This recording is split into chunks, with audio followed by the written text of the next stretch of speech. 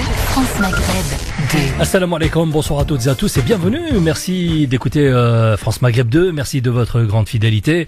Et aujourd'hui, journée spéciale, 17 octobre 2016, nous allons donc parler et commémorer la fameuse journée du 17 octobre 1961. Et pour cela, autour de la table, eh bien, nous avons toute la bande de chroniqueurs ici. Nous avons Rose en face de moi. Salut Rose, bonsoir et bienvenue. Badis du club Émergence, bienvenue. Bonsoir Fawzi, salam alaikum Azul Filaoun. Et Mohamed Kolanta. Enchanté, salut tout le monde, j'ai un peu la voix cassée, pardon. Celui qui dit je vous aime comme et puis juste à côté, Abdeslam Mitache, maire adjoint sur la ville du Blanc-Ménil dans le 93. Bonsoir à vous et bonsoir à vous aussi, amis auditeurs, auditrices. Si vous avez le désir de participer à cette émission, vous êtes et vous serez les bienvenus pendant ces 2 heures d'émission. Alors, on rappelle un petit peu les faits historiques. Le 5 octobre 1961, le préfet de police Maurice Papon de l'époque impose un couvre-feu à tous les Algériens de Paris et de sa région de 20h30 à 5h30 du matin.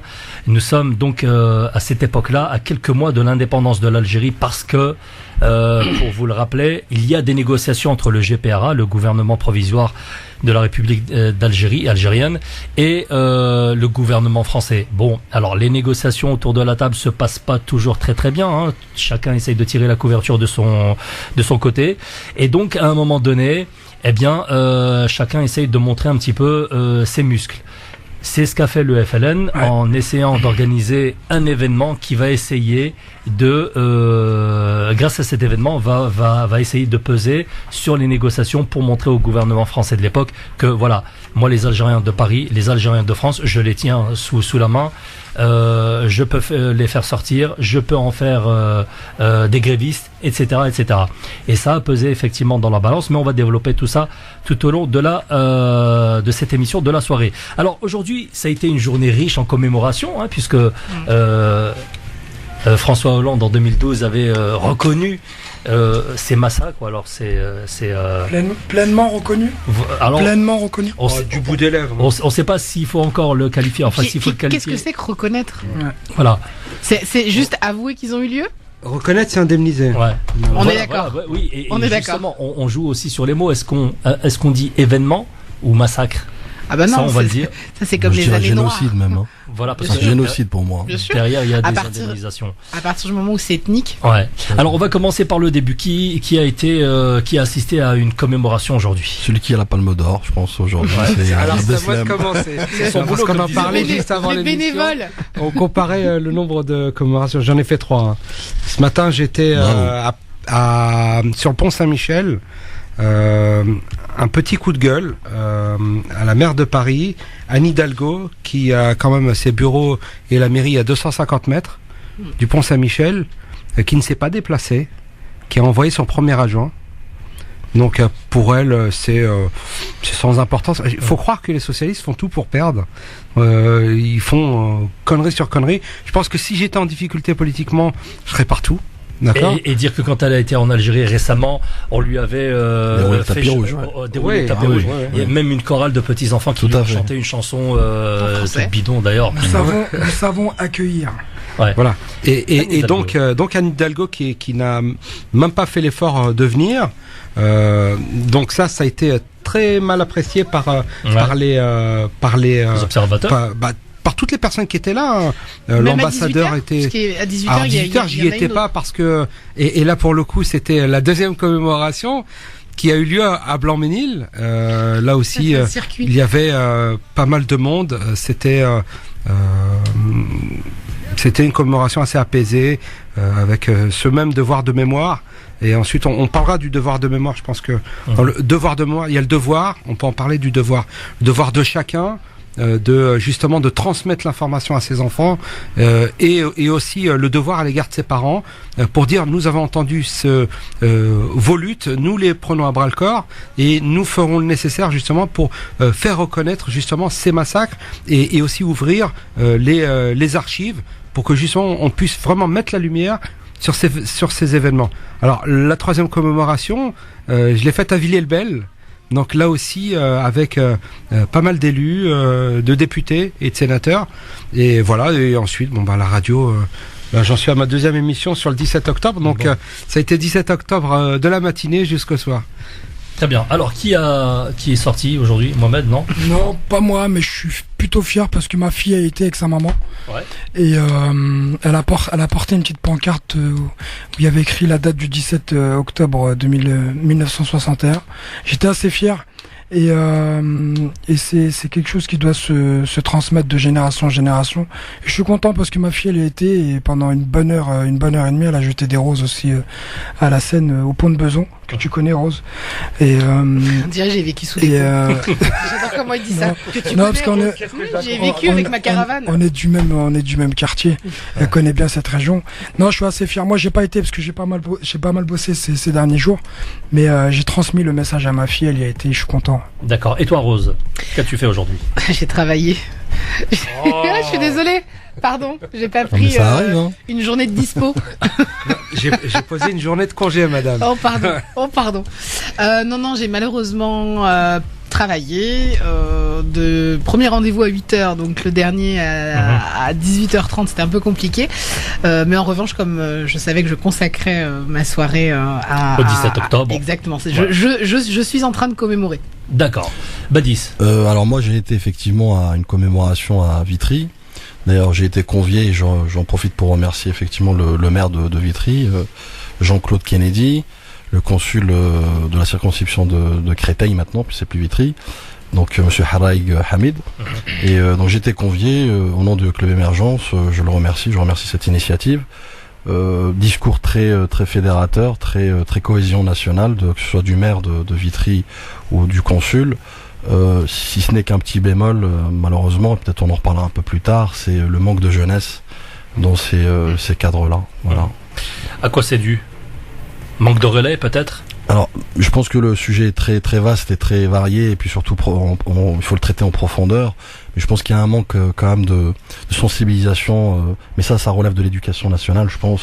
Ouais. Il faut peut-être sensibiliser les moins jeunes un peu plus tôt, à travers des manuels, à travers ne serait-ce que des séances d'histoire comme celle-ci, pour permettre peut-être ce catalyseur qui va permettre effectivement de comprendre mieux cette histoire commune. Ouais. Alors, moi par exemple, cours d'histoire, mais je sais pas si pas appris le 17 octobre 61 dans les cours d'histoire, alors qu'on a fait déjà brièvement la guerre d'Algérie, mais vraiment de manière très furtive. C'était des incidents en fait, c'était pas une guerre, exactement. Vraiment, dit. Et par contre, on ne l'apprend pas à l'école. Et dans une période où justement on parle beaucoup d'identité. Je trouve ça un petit peu hallucinant qu'on parle pas de justement cette période de la guerre d'Algérie et notamment de ces massacres, parce que même si c'est douloureux, je pense que l'apaisement vient d'abord du fait d'être informé. Et aujourd'hui, il y a des générations et des générations qui n'ont pas été informées. Moi, je l'ai appris bien plus tard, la connaissance de ces massacres et le détail, en fait. Et ça me choque profondément qu'en France, on n'ait pas, on prenne pas soin d'apprendre l'histoire. D'autant plus qu'on a quand même énormément de jeunes issus de cette immigration. Donc il y a vraiment volonté inscrite dans le temps de faire disparaître des mémoires ces massacres-là, et c'est en ça que c'est scandaleux. Donc c'est un crime d'État et ensuite il y a une amnésie organisée, et donc je trouve que c'est une forme de double peine. Oui, et justement par rapport à ce déni, d'abord commettre ce génocide, et je pèse mes mots, et le nier après, c'est tuer les gens deux fois. Exactement. Et en fait, c'est là où ces gens ne sont pas morts pour rien. D'accord ? Aujourd'hui, les jeunes doivent l'entendre et comprendre que les luttes, parfois elles ont été sanglantes, et que le résultat qu'ils ont aujourd'hui et cette liberté qu'ils ont, des hommes en ont payé le prix fort. On connaît l'histoire de France. Là aussi, il y a eu du sang à couler justement pour cette liberté. Mais au même titre, ce qui s'est passé ce 17 octobre, ces Algériens qui étaient limités, qui n'avaient pas le droit de sortir de 20h à 5h du matin. 5h30, ouais. Enfin, 6h, 5h, bon, sur les heures, mais justement, ils avaient, enfin, le préfet Paffon avait une idée derrière tout ça. Pourquoi 20h, 5h? C'était uniquement pour être dans l'exercice professionnel, travailler et rentrer à la maison, mais c'était aussi une façon de réprimer au compte-gouttes les Algériens qui étaient tentés de sortir. Au-delà de ça, rapidement, au-delà de ça, mais on aura le temps peut-être de détailler. Il y a aussi, au fait, ce qu'il faut rappeler, en fait, à nos auditeurs et auditrices, c'est que l'activité militante du FLN, notamment sa fédération française, se faisait le soir après le travail. Exactement. Donc c'est une manière de verrouiller, au fait, l'action politique se faisait qu'à l'extérieur des heures de travail. Voilà. En fait, ça se donnait rendez-vous aux usines et le soir ça se rencontrait justement pour pouvoir organiser. On va aller aux origines de ces événements. Donc ça s'est passé le 17 octobre 61, la manifestation. En fait, je dis la manifestation, mais en fait il y avait 3 cortèges. Ils se sont retrouvés dans les rues de Paris, les grosses artères. En fait, la décision avait été prise, comme je l'avais dit tout à l'heure en introduction dans cette émission, le 5 octobre 61, le préfet de police Maurice Papon impose le couvre-feu aux Nord-Africains. Alors, pourquoi les Nord-Africains et non pas les Algériens seulement ? Eh bien, parce qu'ils partaient du constat simple et bête que tous les Maghrébins se ressemblaient et on pouvait pas faire la distinction entre un Tunisien, un Marocain et un Algérien. Donc tout ce qui avait une tête de rebeu, il fallait délit de faciès, quoi, en fait. Ça rappelle ça rappelle la polémique de la burqa. Oui. Mais il y a beaucoup de similitudes d'ailleurs. En fait, la population qui était ciblée étaient bel et bien les Algériens, parce qu'ils se donnaient rendez-vous après le boulot entre 20h et 5h du matin pour des activités de révolution nationale. Alors, ce qui s'est passé, c'est que en parallèle, il y a des négociations entre le GPRA, le gouvernement provisoire de la République de la République algérienne, et le gouvernement français. Ça se passe mal parce que les Français savent qu'ils vont perdre l'Algérie. Les Algériens veulent récupérer toute l'Algérie, non pas le nord de l'Algérie, ils veulent récupérer toute l'Algérie et ça se passe mal. Il y a des négociations secrètes, ça se rencontre aussi à Évian, à Bâle, etc.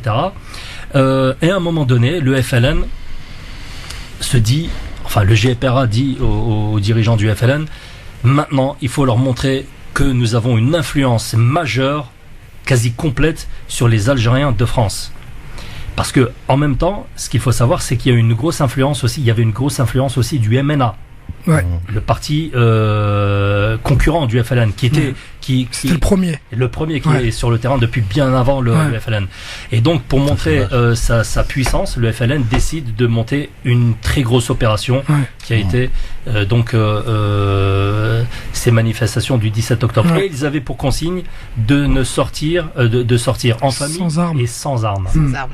Exactement. Pacifiquement, tout à fait. En revanche, la France a voulu faire croire que cette manifestation était exclusivement politique. C'est pas forcément comme ça qu'elle a été vendue par le FLN. C'était à la base surtout pour se révolter contre le couvre-feu, parce qu'effectivement c'était relativement indigne de devoir être parqué pour la plupart en plus dans des bidonvilles toute la nuit. Il y avait effectivement des gens qui manifestaient parce que il y avait la volonté d'avoir une Algérie algérienne libre et libre. En revanche, de nombreuses personnes et des familles étaient là surtout juste pour gagner un peu plus de dignité. Et ça, on l'omet beaucoup et on explique qu'il y avait essentiellement en fait des gens qui étaient là pour manifester et qui avaient des velléités politiques. C'est pas forcément le cas. Et je trouve que c'est important parce que ne serait-ce que dans les paroles de François Hollande en 2012, il explique que il parle des victimes algériennes qui manifestaient pour une Algérie libre. Je suis pas vraiment d'accord. Je trouve que c'est facile en fait de dire qu'au final c'était très politisé. Ça a été fait à l'appel du FLN certes, mais c'était avant tout parce qu'on voulait combattre une injustice. Exactement. Justement, en continuité avec cette réflexion, tu fais bien de le dire d'ailleurs, Fawzi, de revenir un peu à la genèse de ce génocide, où je rejoins aussi Abdeslam, et je pèse mes mots également parce que c'est un génocide. Cette genèse, elle est toute simple en fait. Il faut revenir effectivement un environnement délétère de ras-le-bol, effectivement, où les droits fondamentaux sont bafoués. Effectivement, on revient sur le fameux couvre-feu, sur le délit de faciès, les contrôles un peu inopinés et d'une manière très brutale, des arrestations arbitraires, des déportations, et je pèse mes mots aussi, immédiates vers les camps dans un premier temps et vers le pays dans un avenir inconnu. Absolument. Il y en avait 4 à terme, il y en avait 4 en tout. Donc toute cette ambiance un peu délétère, cet environnement vraiment négatif a fait que voilà, ça fait déborder le vase. Et si vous voulez, cette manifestation est venue pour répondre à un dégoût, un rejet qui effectivement, sur injonction, et je le dis bien, sur injonction du FLN, a su profiter de cette situation de ras-le-bol pour en faire également, parce que tout se gagne aussi par le biais de la politique, hein, ça qu'on se le dise. C'est-à-dire que la preuve, on a un instant, si vous voulez, où suite à ces massacres et ces bains de sang, la cause algérienne est passée d'un cadre terroriste à un cadre politique. Et d'ailleurs, ils avaient aussi des relais au niveau de l'ONU, hein, l'organisation. Tout à fait. C'est exactement là où je veux en venir. Cette lecture-là, il faut pas l'omettre, cette lecture politique, parce qu'elle a permis effectivement de surmédiatiser la cause algérienne et donc la révolution algérienne. Et dans ces fameux succès, parce qu'il y a des succès dans cette tragédie, le succès politique, effectivement, c'est de faire monter l'affaire algérienne à l'ONU, effectivement, mais surtout, je te rejoins tout à l'heure quand tu parlais des pourparlers, on va dire, officiels entre le GPRA et le gouvernement français, qui d'ailleurs à ce moment-là était au point mort. Cet incident, ce grave incident odieux, a permis en quelque sorte de changer la donne, de transformer, si tu veux, les pourparlers et donner une certaine ascendance dans les négociations à la FLN et par le biais du GPRA dans les négociations. J'irai encore plus loin. C'est-à-dire qu'aujourd'hui, peut-être que les accords d'Évian ont abouti avec succès, donc avec l'indépendance de l'Algérie, grâce à cet incident, cet événement tragique, qui a permis de changer la donne et on va dire, inverser le rapport de force qui, avant était plutôt en faveur de la France que de l'Algérie. Et à l'époque, justement, les hauts responsables du FLN optent pour le boycottage du couvre-feu parce qu'en fait, ils se voyaient gagnants quoi qu'il arrive et quelle que soit l'issue de la manifestation. Alors, je vais vous lire un extrait de ce que j'ai pu lire. L'organisation d'une manifestation de masse serait une victoire quoi qu'il arrive. Si la police laissait faire, eh bien, l'autorité du préfet serait donc bafouée. Et si elle réagissait, donc la police ou le préfet, comme ils l'ont fait, si elle réagissait, elle manifestait ouvertement son racisme et sa brutalité. Donc dans les deux cas, le FLN et les Algériens sortaient gagnants de cette histoire. Mohamed, tu voulais moi, je veux juste faire un petit rappel sur les bidonvilles. On parle beaucoup des bidonvilles, mais on croit toujours qu'il n'y a que des Algériens. Oui. Il y avait aussi des Tunisiens, il y avait aussi des Marocains, mais ce qu'on ne sait pas, c'est qu'il y avait des Portugais, des Espagnols et des gens du voyage aussi. Ah d'accord. Ouais, il y avait des gens du voyage et ils étaient aussi dans les manifestations. On n'en parle pas beaucoup. Ouais. Ces gens-là ici étaient très solidaires des Algériens, des Marocains et des Tunisiens. Il a existé 4 bidonvilles principaux. Nous, on connaît celui de Nanterre. Il y avait 14 000 habitants dedans. Immense. C'était une ville. Il y avait Saint-Denis, il y avait Gennevilliers, il y avait Bagnolet. Aussi, et ça avant les cités transit qui ont existé en 62, c'était comme tu dis des villes, c'était des villes dans un village. Et il y avait des boucheries, il y avait des épiceries, il y avait des commerces, et c'était vraiment un lieu de vie vraiment beau, même si c'était la misère. Et les gens ne savent pas que justement il y avait aussi des Portugais, des Espagnols et des Gitans. Ça, il faut le dire, faut le souligner, parce que eux aussi, ils ont été solidaires des manifestations. Même été pris pour des Arabes parfois et bastonnés par les flics. Voilà, donc ça, faut juste le rappeler.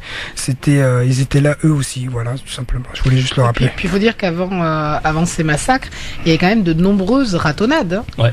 On l'oublie, c'est-à-dire que là, ça a été un massacre sanglant, mais continuellement, il y avait des ratonnades faites, alors soit par des citoyens, soit par les forces de l'ordre directement. Mais depuis la ville de Papon, en fait. Exactement. En fait, il a été placé là pour casser de l'Algérien. Ouais. On va s'arrêter pour de la publicité, puis on vient juste derrière. France Maghreb 2. France Maghreb 2. Sur 94 FM. À Clermont-Ferrand et toute sa région. Allez, de retour dans les studios de France Maghreb 2, c'est Fawzi pour vous accompagner jusqu'à minuit avec notre équipe de choc. Le commando du FLN est présent Très ce soir. maghrébine. Alors nous avons Rose, Badi du Club Émergence, nous avons Mohamed Kolanta et Abdeslam Itache avec nous. Bonsoir à tous ceux qui viennent de nous rejoindre et vous êtes donc en plein cœur de cette émission consacrée au 17 octobre 1961 avec ces fameuses manifestations qui ont été réprimées violemment et dont on parle ce soir. Alors, dans le cortège principal, beaucoup de femmes, beaucoup d'enfants. Ouais. Tous non armés, hein, évidemment. Beaucoup de jeunes aussi. Beaucoup de jeunes. D'ailleurs, qui manifestaient en levant les mains. Oui. Et des pancartes aussi, liberté, liberté à l'Algérie, Algérie indépendante, etc. Mais cela dit, ça a vite dérapé. Pourquoi ? Parce que Ça fait courir des rumeurs. Ils auraient, enfin, c'est là où c'est trouble. La police dit, on nous a tiré dessus et on a riposté. Et d'ailleurs, la police, à ce titre-là, a révélé à travers différents témoignages qu'en fait, ils avaient eu l'information de la manif que quelques heures auparavant. Et dans d'autres versions, ils te disent non, on a eu des informations la veille. Quoi qu'il en soit, ils ont eu des informations beaucoup trop tard. Beaucoup trop tard. Voilà. Mohamed. Justement, sur la tuerie des policiers, Jean-Luc Einaudi, c'est un historien. Oui. Il explique très bien le 17 octobre. Ouais. Il dit comme quoi pour que les policiers soient vraiment éméchés, ils soient vraiment énervés, en gros, il faisait des fausses rumeurs radio. Il disait, oui, voilà, il y a eu tant de policiers morts dans tel arrondissement, c'est des Arabes qui les ont tués, etc.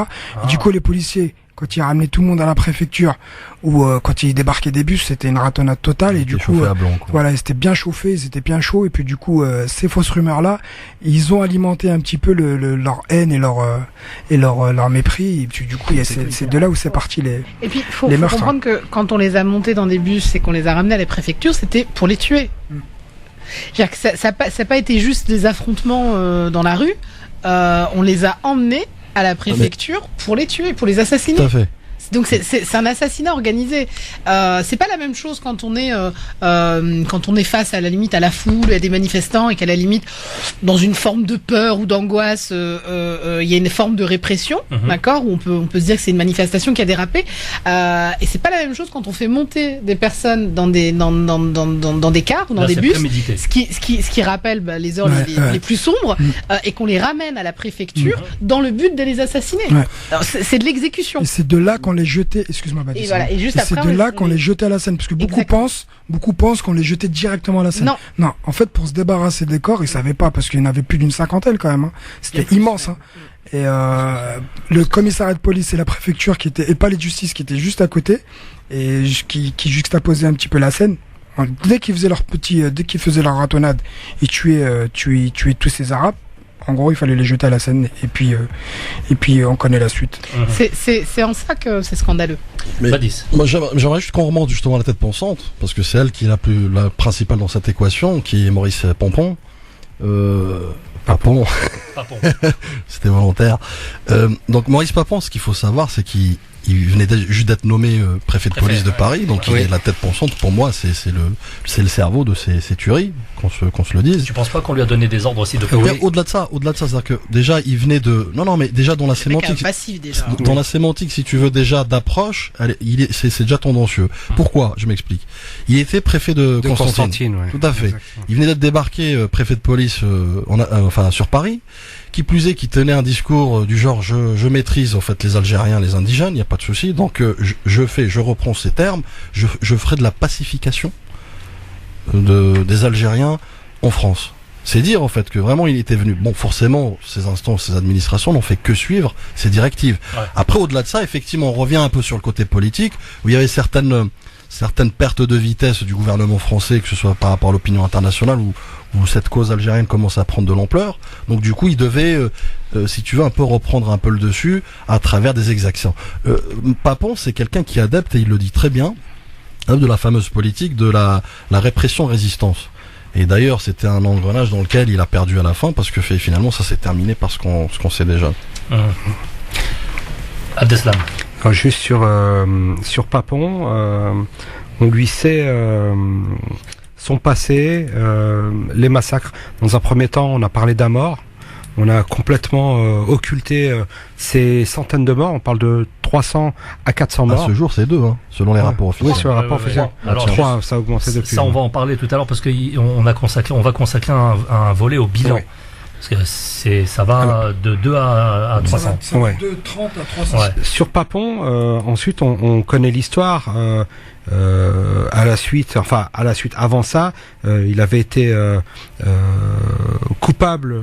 Il a été condamné d'ailleurs à ce propos pour avoir déporté des enfants et des juifs pendant la Seconde Guerre mondiale. Mais ce qu'il faut surtout savoir, c'est qu'à la fin de la guerre d'Algérie, il y a eu une amnistie générale. Et en fait, tous les crimes qui ont été commis pendant la guerre d'Algérie ont été effacés. Vous étiez un sanguinaire, vous aviez tué des Algériens, c'était oublié, on n'en parlait plus parce qu'il y avait une amnistie qui avait été décrétée à cette époque-là. Papon, ce qu'il faut savoir, c'est que lorsqu'il a été embêté par la justice il y a quelques années de ça, il faut pas oublier que d'abord il a été décoré de la Légion d'honneur. Ce monsieur a été ministre de Raymond Barre.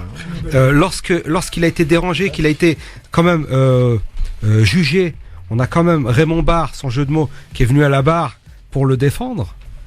D'accord, mais c'est incroyable quand même.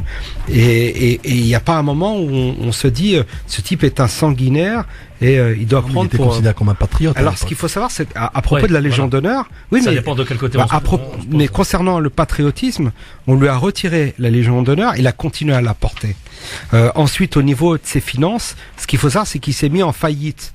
Il a tout légué à ses enfants, à ses petits-enfants, pour dire, écoutez, moi j'ai pas d'argent, vous avez rien à me prendre. Voilà, il s'est mis en faillite personnelle pour justement ne rien donner. Donc vous voyez, le type a été odieux jusqu'au bout.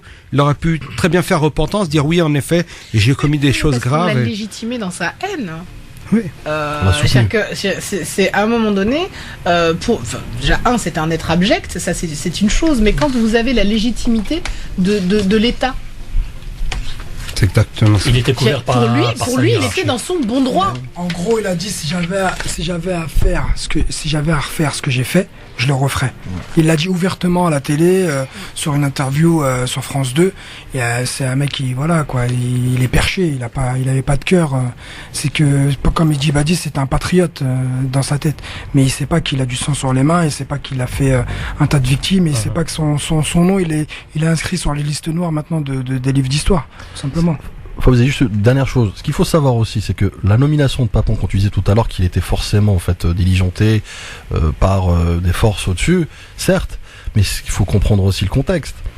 Il arrive au fait en France où le FLN via sa fédération FLN France essaye d'importer, si tu veux, le conflit en France, sur le territoire français.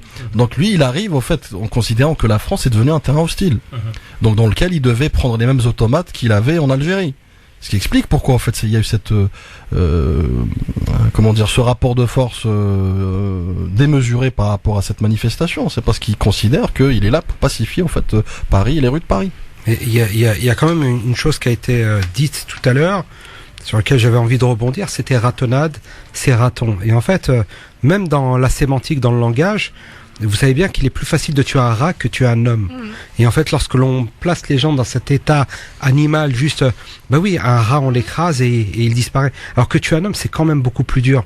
Donc il y avait vraiment cette idée de vous destituer de votre humanité et dire de vous que vous n'êtes que des rats et que finalement on a le droit de vie ou de mort sur vous, et c'est comme ça. Et ensuite, en effet, quand c'est monté en mayonnaise et que les gens reçoivent des informations où des policiers ont été massacrés à tel ou tel endroit, forcément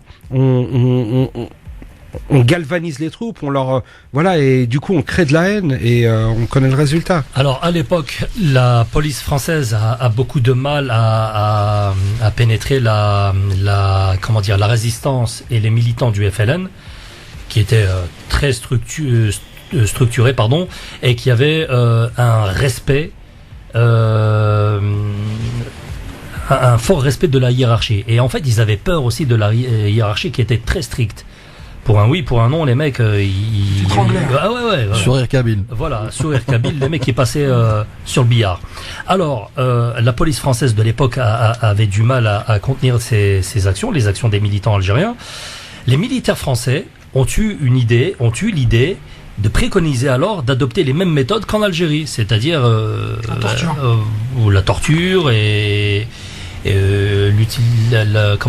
faire appel aussi aux paras, etc. D'ailleurs, à un moment donné, pendant la manif, il a été question de faire intervenir les paras.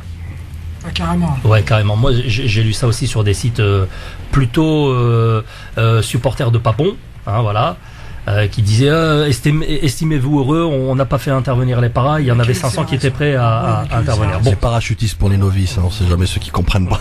Bien sûr, voilà. Et c'est alors que on a fait aussi, on a suivi les conseils de ces militaires et on a fait venir d'Algérie vous connaissez la réponse? Non, on a fait venir des supplétifs, ce qu'on appelle des harkis, pour les installer dans les habitats musulmans, c'est-à-dire dans les bidonvilles. Infiltration. Les espions. Des bidonvilles par des harkis, donc rebeux, parlant rebeux, etc. et tout, pour essayer d'avoir des informations, parce que la police n'en avait pas autant, pas suffisamment pour pouvoir endiguer tout ce qui était ramassage, collecte d'argent, etc. Voilà. Et donc ça a été mis en place, et il y a eu aussi donc un régiment ou alors une espèce de compagnie qui était armée comme les CRS et qui était chargée justement de réprimer les Algériens, mais en fait c'était des harkis. Donc infiltration par les harkis. Et ils étaient actifs dans le 12e, dans le 13e et notamment dans le quartier de la Goutte d'Or. Voilà, il y en avait à peu près 350. C'était des gens qui étaient venus spécialement d'Algérie pour justement... Ils y vivent encore ou pas? Ah bah ils ont dû faire des... Oui, ils ont dû... Oui. Pas... Mais regardez, il y a des noms. Oui. Non, mais il y en a eu. Dans le nord de la France aussi, et dans le sud de la France aussi, il y a eu beaucoup de harkis qui sont venus après la guerre, hein, qui auraient dû être pris en charge par la France, mais qui les a abandonnés aussi. Donc, excuse-moi, Badi, je sors hors contexte. Juste une petite parenthèse sur les harkis. Tu savais que les harkis, quand ils mouraient, on pouvait pas les rapatrier en Algérie? Ah bah il me semble que ceux qui avaient été exactement. J'ai fait quelques janazas, moi, tu vois, j'ai fait quelques janazas. On avait eu un problème avec un monsieur, et on savait pas pourquoi et ils te le disent pas forcément, tu vois. Ouais. Au consulat, tout ça, ils te le disent pas forcément. Ils disent pas, oui, bah, écoutez, ça, c'était... Et après, c'est par la suite qu'on a su que le gouvernement algérien, justement, a refusé, cette catégorie-là de personnes, parce que, justement, c'était harkis. Et ils veulent surtout pas les enterrer en Algérie. D'accord. Ouais. Voilà, c'est juste la petite parenthèse, Badis. Après, juste une petite parenthèse, j'ouvre la parenthèse également sur ce sujet qui est très vaste, hein, il est très très sensible, parce qu'il faut comprendre qu'on peut tourner la page éventuellement de l'histoire, mais on peut pas oublier cette histoire. Donc construire un avenir commun avec les harkis sur certaines conditions, certaines concessions, certainement, on peut pas oublier au fait le mal qui a été causé, les victimes, les familles des victimes. Donc aujourd'hui dire qu'on tourne la page, c'est peut-être manquer de respect envers ces personnes qui ont été touchées de près ou de loin par les exactions de ces gens. Alors j'entends, et en même temps, ce qu'on considérait aussi comme des harkis, c'était juste des gens qui avaient pris parti pour la France, mais qui n'ont pas forcément pris les armes. Il y a beaucoup de gens qui ont pris le bateau et qui ont décidé de suivre la France, mais qui ont pris le bateau, ceux qui ont pu, parce qu'ils n'ont pas tous pu prendre le bateau, mais qui n'avaient pas forcément pris les armes, mais qui avaient décidé qui étaient plutôt pour une Algérie française. Alors, petite clarification, Rose, si tu le permets, c'est qu'il y avait plusieurs catégories de harkis, en fait. Ce qu'on appelait les goumis, par exemple, il y avait ceux qui travaillaient dans l'administration, et les harkis les purs et durs, ceux qui étaient sur le terrain militaire, qui avaient pris les armes. C'est cela dont je parle, en fait, concrètement. Après, effectivement, chacun son histoire, certainement, sous contrainte ou pas. Certains aussi défendaient, disons-le, l'Algérie française. Hein, donc, il y a aussi ceux qui ont été accusés à tort, parce qu'ils avaient des biens, que certains voulaient s'accaparer et qui ont été désignés comme des harkis et qui du coup ont pris peur, qui ont pris la fuite et qui n'étaient aucunement des harkis. Faut le savoir aussi. Mais juste, Fawzi, pour revenir sur le contexte, moi j'aimerais juste rappeler, quand tu parlais que ils ont réactivé un peu ce qu'on appelait la 7e wilaya à l'époque, qu'on se le dise, donc c'était aussi pour montrer une espèce d'inversement de rapport de force politique, sociale et autres, mais pour que tout le monde comprenne en fait le contexte à cette époque-là sociologique et de la typologie de la communauté nationale établie en France, à l'époque, on parlait quand même de 400 000 ressortissants selon le ministère du Travail, et 500 000 selon les recensements du FLN, de la Fédération française du FLN. Ce qui est énorme, effectivement. Dont 50%, rappelons-le, vivaient en Île-de-France. Oui. C'est-à-dire plus de 200 000 personnes vivaient en France. Vous imaginez la force de frappe que ça pouvait être. Et plus de 30% cotisés pour le FLN. 3 à 5 milliards par an, 3 à 5 milliards d'anciens francs. Parce que ça voulait dire qu'on enfermait plus de 200 000 personnes à ne pas sortir le soir. C'est énorme. Mais bien sûr que c'est énorme. Aujourd'hui, ce serait des villes entières. C'est de l'apartheid. C'est exactement. Donc, même s'il y avait effectivement une volonté d'avoir une Algérie libre, c'est des gens qui travaillaient, qui vivaient en France et qui avaient juste envie de sortir comme les autres et qui n'avaient pas, la volonté qu'on les renvoie encore une fois à être des sous-citoyens. Alors, comme on le disait tout à l'heure avant de commencer cette émission, pendant très longtemps, mais vraiment très très très longtemps, on n'a pas parlé du 17 octobre 1961, on ne commémorait pas ces manifestations, c'était tombé dans l'oubli, un oubli organisé, voulu. Puis il faut dire aussi que les officiels algériens n'ont pas non plus fait grand-chose aussi pour que ça ne tombe pas dans l'oubli. Il a fallu attendre donc les affaires qui ont suivi Papon. En 97 et en 98, quand il a été traîné en justice pour ce qu'il avait fait auparavant, avec les déportés. C'est à partir de ce moment-là qu'on a commencé à reparler donc de cette histoire des Algériens jetés à la Seine. Voilà. Alors, pour vous, est-ce une bonne chose alors finalement de commémorer un événement comme le 17 octobre? Alors, qu'est-ce qu'il y a de bon dedans? Je pense qu'on peut pas, ce que je disais au début, on peut pas passer à l'apaisement si on n'a pas une compréhension de son histoire. Donc là, je pense que c'est la base, essayer de savoir ce qui s'est passé, essayer de comprendre son histoire. Il n'y a que comme ça qu'on peut passer à une phase d'apaisement. Et puis pour cette amnésie organisée, l'Algérie a aussi sa responsabilité. C'est-à-dire qu'à un moment donné, dans ces négociations de prise de pouvoir, elle n'a pas voulu médiatiser par la suite les événements qui avaient été organisés justement par le FLN pour pas leur donner aussi plus de pouvoir. Donc du coup, l'Algérie n'a pas forcément revendiqué en mettant et en pointant du doigt la France. Et donc du coup, pendant des années, c'est passé un peu sous silence. Et au point même où des familles algériennes n'en parlaient pas. Et eux-mêmes ont parfois oublié. C'était tabou. En fait. Exactement. C'est-à-dire que d'un tabou, les gens en sont arrivés à oublier en fait ces massacres. Mais un peuple sans mémoire, c'est un peuple sans avenir. Et on peut pas éluder cette partie de l'histoire. Elle fait partie de l'histoire de nos parents et nous qui justement sommes nés en France, de parents qui ont traversé la Méditerranée pour un avenir et un avenir meilleur. On peut pas faire comme si de rien n'était, que ça n'avait jamais existé. On peut pas nous être dans le déni. On le subit déjà, ce déni. Donc on va pas non plus nous priver justement de parler de cette période de l'histoire. Ces hommes et ces femmes courageuses et courageux qui justement ont bravé, qui ont appelés à la désobéissance et qui sont sortis dans la rue. Ce décret de couvre-feu avait été proclamé le 5 octobre. Il a fallu 12 jours.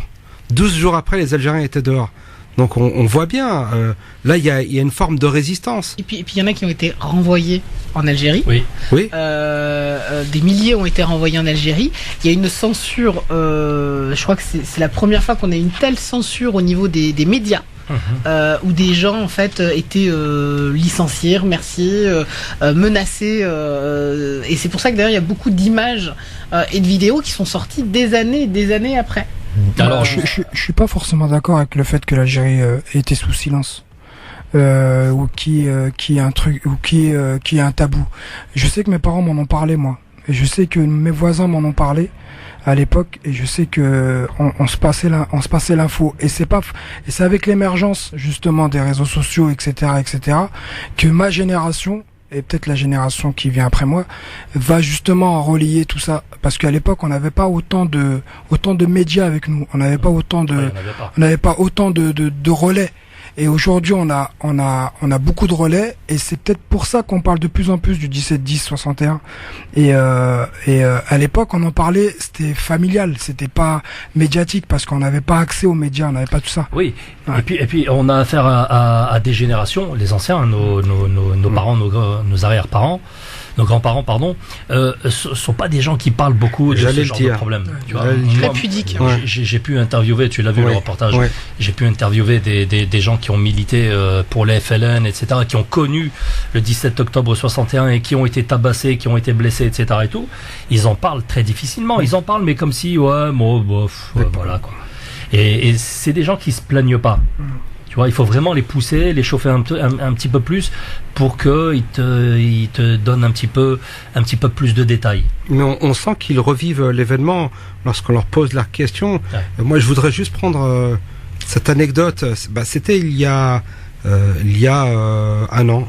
Je déposais la gerbe pour Blanc-Ménil, et en fait, j'appelle mon père et je lui dis je vais poser la gerbe pour le 17 octobre. C'était par téléphone, et j'ai entendu la voix de mon père qui se décomposait, et il était au bord des larmes, et j'étais d'abord très gêné d'entendre mon père sur le point de pleurer, et en fait lorsque j'ai il m'a dit qu'il était fier de moi, et mon père est plutôt avare en compliments, mais là aussi il parlait pas de ses souffrances, parce que il montrait pas de signe de faiblesse, il était comme ça. Et puis il y avait aussi la volonté de pas faire grandir leurs enfants dans la haine. Ils avaient choisi la France pour y vivre, et pour offrir un avenir meilleur à leurs enfants. Oui. Ils avaient la farouche envie que leurs enfants entre guillemets s'intègrent, et en tout cas grandissent en France, et donc il n'y avait pas cette volonté de transmettre cette haine et cette colère. Pas être parasité justement par cette colère. Donc il y avait beaucoup de pudeur, et parfois pas la volonté de cacher, mais de pas forcément remuer. Non, c'était son histoire, et que il voulait pas que ses enfants aient justement à vivre ça. Et en fait, lorsque j'ai raccroché le téléphone, j'étais très gêné, mais en même temps, j'ai pris la mesure de l'importance d'une commémoration comme celle-là. Et bien sûr, il y a ce phénomène de projection. On se met un petit peu à la place de son père, et on se dit, lorsqu'il nous a amenés en France, lorsque lui est venu et que nous sommes nés en France, et qu'il aspirait justement à nous permettre une scolarité et une réussite, c'était aussi une façon pour lui de conjurer le sort et de pouvoir faire des choses. Voilà,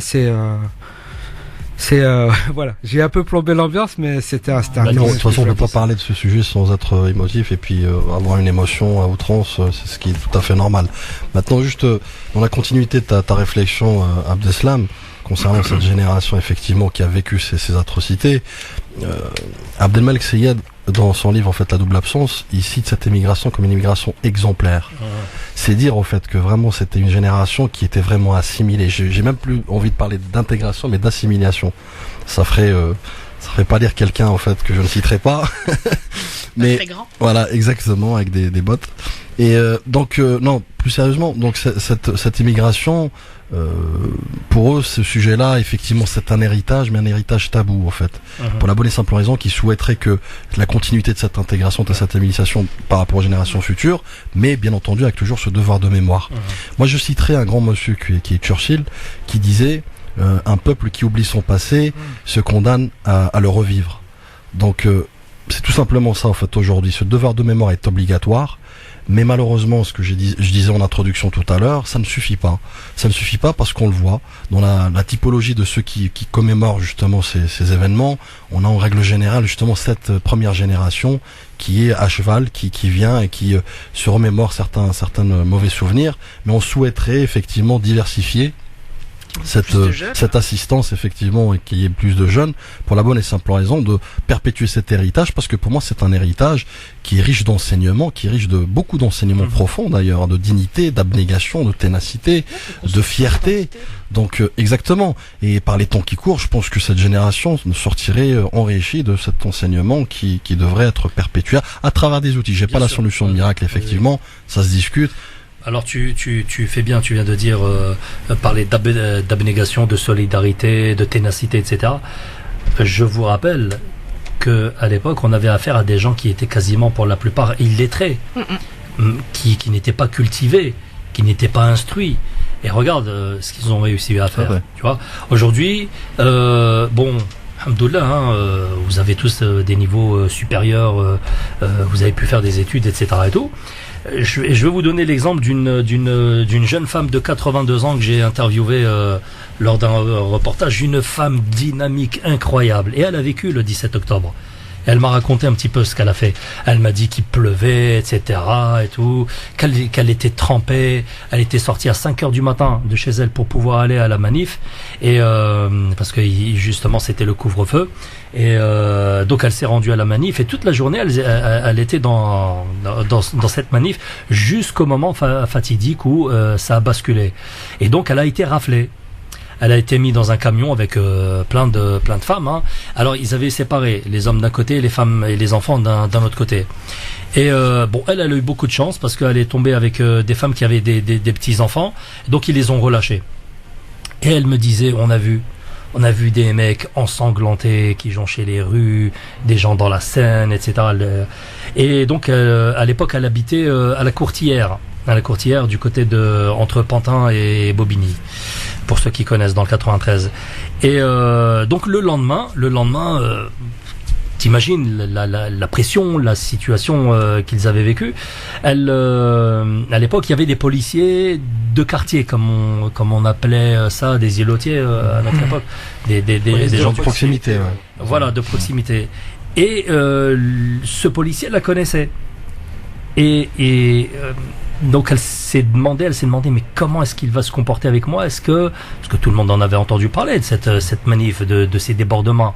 Les Français croyaient que c'était les Algériens qui tuaient des policiers, et les Algériens disaient que non, c'était les policiers qui avaient tué et jeté des Algériens à la Seine. Et donc elle se demandait, mais comment est-ce qu'il va se comporter avec moi? Et finalement, il l'a pris, il l'a même protégé, pour te dire. Et c'était un policier qui était en tenue, il l'a protégé, il l'a même caché dans un coin. Il lui a dit, t'inquiète pas, personne viendra parce qu'il était devant. Et ça le raconte à travers le reportage. Il y a d'autres témoignages aussi de gens, de jeunes hommes à l'époque qui étaient dans les groupes de choc du FLN. Et qui te racontent des histoires quand ils se sont fait embarquer par dénonciation, où on est venu les cueillir dans leur chambre d'hôtel.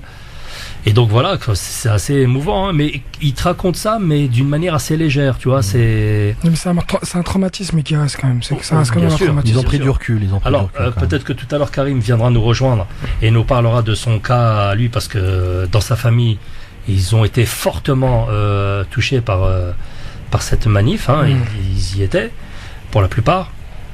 Donc s'il est sur le chemin, on l'attend qu'il vienne nous donner son témoignage. Mais voilà, ça a vraiment été quelque chose de très important ici pour la communauté. Ce que je vais faire, c'est qu'on va marquer une pause publicitaire et puis on revient juste derrière. France Maghreb 2, France Maghreb 2, sur 102.6 FM, à Orléans et toute sa région. Bon, alors les amis, si vous venez de nous rejoindre, eh bien merci de votre fidélité à France Maghreb 2. C'est Fawzi et son équipe ce soir pour vous tenir compagnie, et on est ensemble pour commémorer cette fameuse journée du 17 octobre 1961. Et alors, tu voulais dire quelque chose Oui, c'est par rapport à la reconnaissance de l'État français. On a attendu 2012 pour avoir du bout des lèvres une forme de mea culpa. Mais concrètement, à aucun moment on a reconnu ça comme un crime d'État. Et je m'étonne qu'on n'ait pas poussé un peu plus loin pour justement demander réparation. Parce que les familles, qui aurait pu des associations, peu importe, mais c'est le travail des associations. Ah non, c'est-à-dire que l'État pourrait très bien faire le job lui-même. Et pourquoi elle le fait pas? Parce que un État par essence, ça reconnaît rarement. L'État de part et d'autre, je précise. Oui, surtout l'État victime, je dirais. Oui, il n'y a pas de réclamation de l'Algérie, non? Non, mais après, ça peut être à titre individuel, déjà, ne serait-ce que le collectif des familles, parce qu'aujourd'hui, les familles qui ont été endeuillées, elles sont connues. Oui. Mais je vais te donner un exemple. Donner un exemple. Il y a une victime qui est très célèbre. Oui. J'étais encore hier soir au téléphone avec son frère. C'est Fatima Bédar. Fatima Bédar, la plus jeune martyre, à 15 ans, elle s'est retrouvée noyée dans la Seine. Avec son cartable. Avec son cartable, etc. Alors, j'ai la version de la famille, une version très détaillée, où je vais pas faire toute l'histoire parce qu'elle est très longue, mais grosso modo, le père de cette fille qui a combattu pour la France, à l'époque il était allé en Italie également, il a fait la Deuxième Guerre mondiale. Dien Ben Phu. Il a fait des trucs que j'avais jamais entendus. Bon, bref, j'ai retrouvé sa photo, son numéro de badge, tu sais, de combattant, etc. C'est son fils qui me les a mis à disposition. Donc ce garçon se bat pour la France. Après 45, il revient en France vers 48. Il commence à mener sa petite vie ici. Et viennent les événements d'Algérie. Donc il milite au sein du FLN. Il assiste à des réunions, il mène des actions, etc. Et tout. Et sa fille le suit dans ces réunions. Elle est très jeune, 13, 14, 15 ans. Elle le suit. Et à un moment donné, quand il s'agit d'aller manifester pour le 17 octobre 61, elle décide d'y aller seule. Parce que son père lui interdit. Il dit non, je ne veux pas que tu y ailles, il va sûrement y avoir de la casse. Elle y est allée. Elle est morte. Résultat des courses, les policiers ont fait croire, enfin on dit à son père, ils lui ont servi une version officielle en lui disant ta fille s'est suicidée. Voilà, c'est de cette manière qu'on diminue le nombre des victimes de la répression. Mais surtout qu'on décrédibilise, surtout. Voilà. Exactement. D'où le fait de vouloir faire passer cette manifestation pour une manifestation politique et non une manifestation pacifiste avec une majorité de gens qui voulaient juste combattre les conditions dans lesquelles ils vivaient et en tout cas demander juste un peu plus de liberté parce qu'aujourd'hui très souvent un État et notamment la police a pour habitude après des répressions de criminaliser leurs victimes. À l'époque. Et c'est ce qui se passe même encore aujourd'hui dans la plupart des bavures policières qui concernent notamment des jeunes d'origine maghrébine. Très souvent, on commence par criminaliser les victimes. Le cas d'Adama d'ailleurs. Exactement. C'est la démarche classique. Les amis, j'ai envie de vous faire découvrir un poème de Sabrina, ma collègue. Elle me l'a envoyé tout à l'heure, je l'ai écouté, il est magnifique. Il est magnifique. Ouais. Eh bien, là, c'est Tariq qui me l'a envoyé, donc on va se l'écouter et on revient juste de derrière. On va peut-être débriefer tout ça.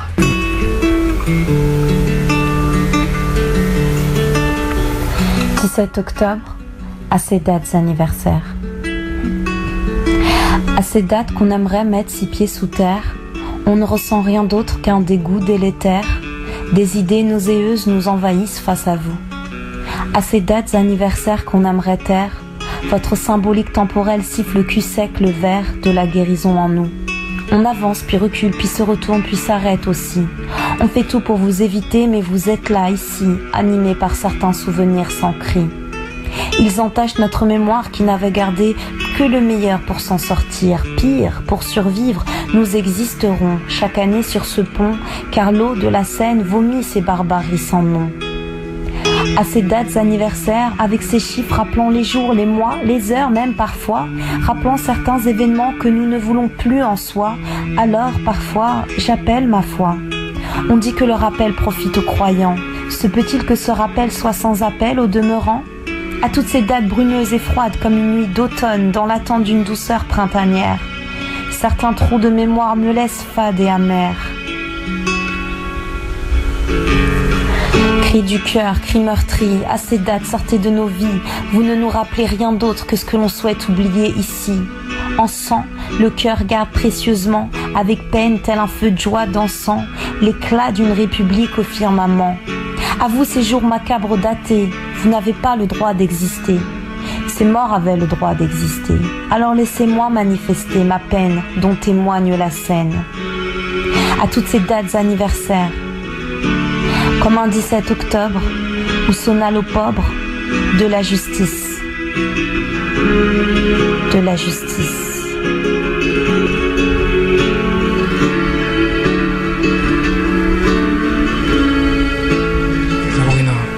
À l'extraordinaire. Ce qu'on peut dire à Sabrina, c'est que tout le monde a écouté avec la plus grande attention ce poème. Merci à elle d'avoir écrit ces vers. Il y en a un autre de poème ici sur la table, mais personne ne veut le lire. On va demander à Karim tout à l'heure quand il nous rejoindra. Il arrive ? Il arrive. Ouais. Il arrive, d'accord. Alors, oui. Excuse-moi, Fawzi, juste pour en revenir à Sabrina, j'aimerais lui faire une petite dédicace parce qu'elle a vraiment une plume unique et elle m'envoie souvent ses textes et tout sur ma page Facebook. Et j'aimerais vraiment lui dédier ce petit mot en lui disant vraiment t'assures, ne change rien, t'es magnifique. Bon, le message est arrivé, elle doit être à l'écoute. Si elle est à l'écoute, on lui fait un big up. On continue à parler donc du 17 octobre 1961. J'ai évidemment cherché un petit peu ce qui s'est passé après le 17, et donc on est le 18. La presse est muette. Non, la presse est muselée. Et muselée.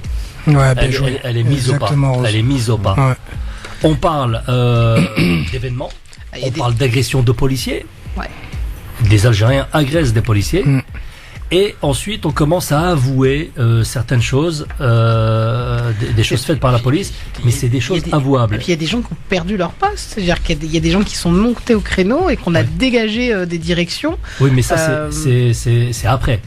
Ah c'est juste après les événements même. Mais juste avant, ce qui était avouable, c'était pas les tueries.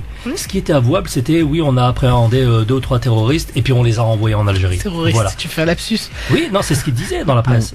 Ils les appelaient des terroristes. Des terroristes, ouais. Des gens qui réclamaient l'indépendance de leur pays étaient qualifiés de terroristes. Voilà. Et puis après, les jours qui ont suivi, évidemment, il y a des langues qui se sont déliées, notamment chez les communistes. On parle de presse à l'époque. Ouais. Il y avait un photographe qui s'appelait Élie Kagan. Oui. C'était un photographe de presse. Bien sûr. Et il expliquait, c'est lui il a pris plein de clichés, oui. Il a pris plein de clichés, notamment qu'on connaît bien sur Google Images. Si on va sur Google Images, c'est presque lui qui les a tous prises. Ouais. Ces photos. Et il explique qu'il a été voir, par exemple, à l'époque, il y avait un journal qui s'appelait La Vie catholique. Ils lui ont dit ouais, tes photos sont super, on peut faire un gros truc avec tout ça, mais bon, écoute, on te donne un bon de 300 francs, mais on pourra pas les publier. Et après, il est parti voir France Nouvelle. Et France Nouvelle, ils lui ont dit écoute, elles sont super belles tes photos, vraiment c'est du bon boulot et tout, mais tu comprends qu'on va être saisi, on peut pas faire ça. Il expliquait écoutez, c'est quand même votre rôle à vous de publier ces photos, etc. Mais il disait mais voilà quoi, il y avait quand même cette peur de publier, ouais, exactement. Et voilà, je voulais lui rendre un petit hommage à Élie Kagan qui a des super beaux clichés. Malheureusement, on dit super beaux clichés, mais ces clichés-là témoignent parce que voilà quoi, exactement. Ouais. Mais Fawzi, si tu le permets, faut recontextualiser en fait le problème et cet événement notamment.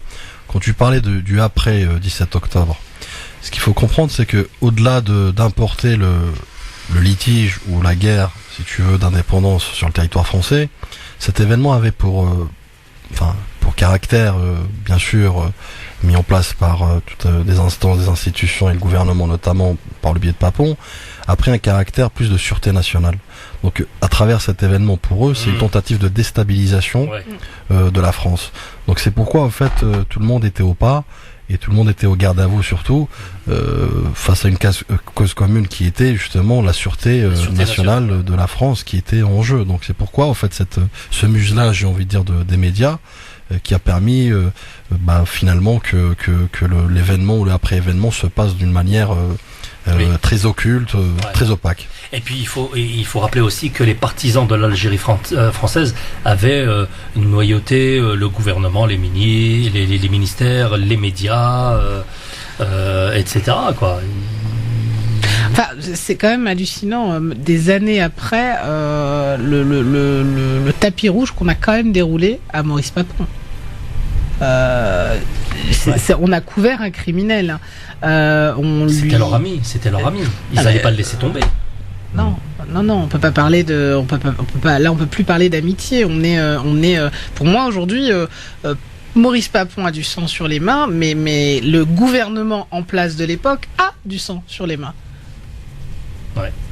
le ministre, le premier ministre de l'époque en a. C'était qui, Debré, Michel Debré, non? Bien sûr. Oui. Bien sûr. Mais enfin, ils avaient du sang sur les mains déjà en Algérie avec la torture. Bien avec, entendu. Bien mais entendu. oui, mais ça c'est la continuité de ce qui se passait déjà en Algérie. D'où cette pseudo-amnistie qui est une mascarade, qui n'est plus ni moins une manière de se laver, des différents massacres. Et le muselage n'a pas concerné que les médias, qu'on se le dise. Il y a effectivement, et ça on oublie de le dire, les députés algériens qui étaient en France. Ah d'accord, ok. Il y avait des députés algériens, j'ai plus en tête les noms, mais il y en avait 2 je crois ou 3 qui n'avaient plus le droit de se présenter à l'hémicycle, n'avaient plus le droit au fait de la parole tout simplement. Donc, les droits étaient complètement bafoués. Si on peut parler, alors du coup on s'éloigne un petit peu du 17 octobre, mais là on parle de justement ce qui est des règles qui ne sont pas respectées. Quand on a le premier martyr algérien, Ahmed Zabana, enfin qui s'appelle Zahana de son vrai nom, qui est condamné à mort et guillotiné, et en fait quand la guillotine s'enraye, en fait il a le droit à un autre procès, et c'est quand même Mitterrand qui appelle et qui insiste pour qu'on retente, et la guillotine se coince 2 à 3 fois.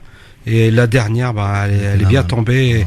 Donc on voit bien qu'on bafoue les droits les plus fondamentaux, et ce principe auquel on a le droit à un nouveau procès a complètement été éludé. Et ça c'est ça fait partie justement de toutes ces règles qui ne sont pas respectées. Enfin, on va pas parler de la torture, mais un petit peu quand même. Oui. On prend le général Ossares, qui a été condamné il y a quelque temps. Bon, il est mort depuis, me semble-t-il, mais qui avait été condamné non pas pour avoir fait de la torture, mais oui, c'est ça. Ouais. Et en fait, non pas parce qu'il avait fait de la torture en Algérie, mais parce qu'il en avait fait l'apologie. Voilà, vous voyez bien la différence. Il y a des nuances en fait dans cette approche. Parce qu'en fait, il s'en était vanté, donc il était condamnable du fait qu'il s'en soit vanté, pas qu'il l'ait commis. Voilà. Est-ce que justement, finalement, Papon n'est pas l'homme du sale boulot qu'il fallait faire? Il en faut toujours un. Ouais, il en faut toujours un. Peut-être que cette question avait été proposée à quelqu'un et que cette personne il a contribué. Ouais. Il avait le personnage allait avec le sale boulot. Est-ce que c'était lui le donneur d'ordre? Est-ce que celui qui avait l'idée de faire ça? Ah ben non, il a été nommé. Ou est-ce qu'on l'a laissé? Il a été nommé par De Gaulle quand il a été rapatrié de Constantine. Parce que bon, on glorifie beaucoup De Gaulle. Il a du sang sur les mains aussi. Et le fait de l'avoir nommé, c'était de manière volontaire pour créer de la répression sur les Algériens. Oui, forcément, on connaît le CV. La nomination. Bien sûr. Ouais. Quand on connaît le personnage, on ne le fait pas venir par hasard et on le nomme pas par hasard préfet de Paris. Donc il y avait volonté à un moment donné de casser de l'arabe. C'était ça l'objectif à un moment donné, c'était de mater une potentielle répression. Il a parlé de pacification, ce que je disais tout à l'heure, et sa nomination, c'est fort quand même comme terme. Et même d'ailleurs, même après, il a été couvert par De Gaulle lui-même. Il a été couvert pendant des années. De toute façon, là, à cette époque-là, en 61, le 17 octobre, on est quasiment à quelques mois de l'indépendance, parce que l'indépendance a été proclamée le 19 mars. 18 mars, tout à fait, voilà. Les accords d'Évian. Ouais, mais à ce moment-là, ils n'avaient pas encore compris. Oui. Parce que je vous ai compris, quand la Seine était rouge de sang, à ce moment-là, ils les avaient pas encore compris.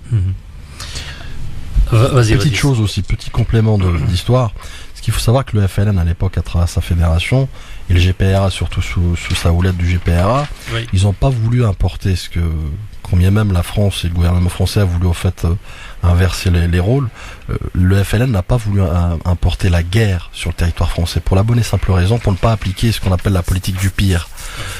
Pourquoi? Pour la bonne et simple raison que, n'oublions pas, les accords d'Évian ont abouti à un référendum au mois d'avril, je crois, de mémoire 62, mais en métropole.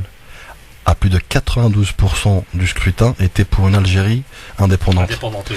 Donc, vous imaginez si on aurait fait justement importer cette fameuse guerre avec des attentats et autres, il aurait été beaucoup plus difficile d'arriver à ce résultat-là. Donc c'est pour ça, au-delà de la lecture politique, il y a aussi une lecture stratégique, géopolitique de cet événement. C'est pour ça, pour moi, cet événement reste la nouvelle donne qui a changé l'équation de l'indépendance de l'Algérie. Il y a que Papon qui a été jugé. Mais il n'a pas été jugé pour ces crimes-là. Personne n'a été jugé. Non, mais il n'a pas été jugé pour ces crimes-là. Personne n'a été jugé pour ces massacres. Personne n'a été jugé. Il faut reconnaître d'abord pour juger. La reconnaissance aujourd'hui, c'est le. Et la reconnaissance, c'est ça qui est scandaleux. C'est qu'à l'heure où on parle, la reconnaissance, elle n'a pas été faite. 2012, on a dans un pseudo-discours du bout des lèvres un François Hollande qui reconnaît des Algériens massacrés après une manifestation. On n'est pas sur un début, de reconnaissance. Mais il faut savoir que cette manifestation, cette ratonnade, elle a réveillé aussi le peuple français de souche. Il a fallu aussi par la suite que certaines associations et des militants, ils ont aussi dénoncé ces massacres, et par la suite eux aussi ils ont eu des problèmes. Je crois que c'était l'AOS. C'était ça, l'AOS, l'organisation armée secrète. Mais il y avait aussi beaucoup de Français qui étaient contre l'Algérie française et qui demandaient justement à ce qu'on laisse les Algériens autonomes et qu'ils puissent décider de leur avenir. Donc Maurice Audin, Albert Camus et bien d'autres. Hein, mais c'est pour ça que j'insiste sur le référendum à 92% quand même. Hein. Ouais. Pour parler de la reconnaissance, il y a qu'à voir les commémorations. Elles sont à l'appréciation des élus locaux au final. Les quelques plaques commémoratives, elles sont faites par les maires ou à la demande d'élus, mais l'État au plus haut niveau n'a pas aujourd'hui créé de monument pour ces massacres-là, pourrait instaurer une date justement, ou un événement particulier, que ce soit dans les écoles, ou elle ne le fait pas. Donc elle n'a pas la volonté de se réconcilier avec son histoire. Donc aujourd'hui, c'est pour ça que dans certaines villes, et notamment les villes d'Île-de-France où on a eu ces massacres-là, et commence un petit peu à fleurir ces commémorations, mais très peu. Quand tu vois Nanterre, la plaque face à la préfecture, moi je la trouve ridicule. Face à l'ampleur des rues aussi, je crois, il y a une rue qui a été ouais, je trouve ça ridicule par rapport à l'ampleur au final des massacres. Aujourd'hui, l'État elle a une responsabilité qu'elle n'a toujours pas reconnue 55 ans plus tard, et il est là à mon sens le scandale, au-delà des réparations financières qu'on peut légitimement réclamer pour ces familles endeuillées. Reconnaissance égale indemnisation aussi peut-être.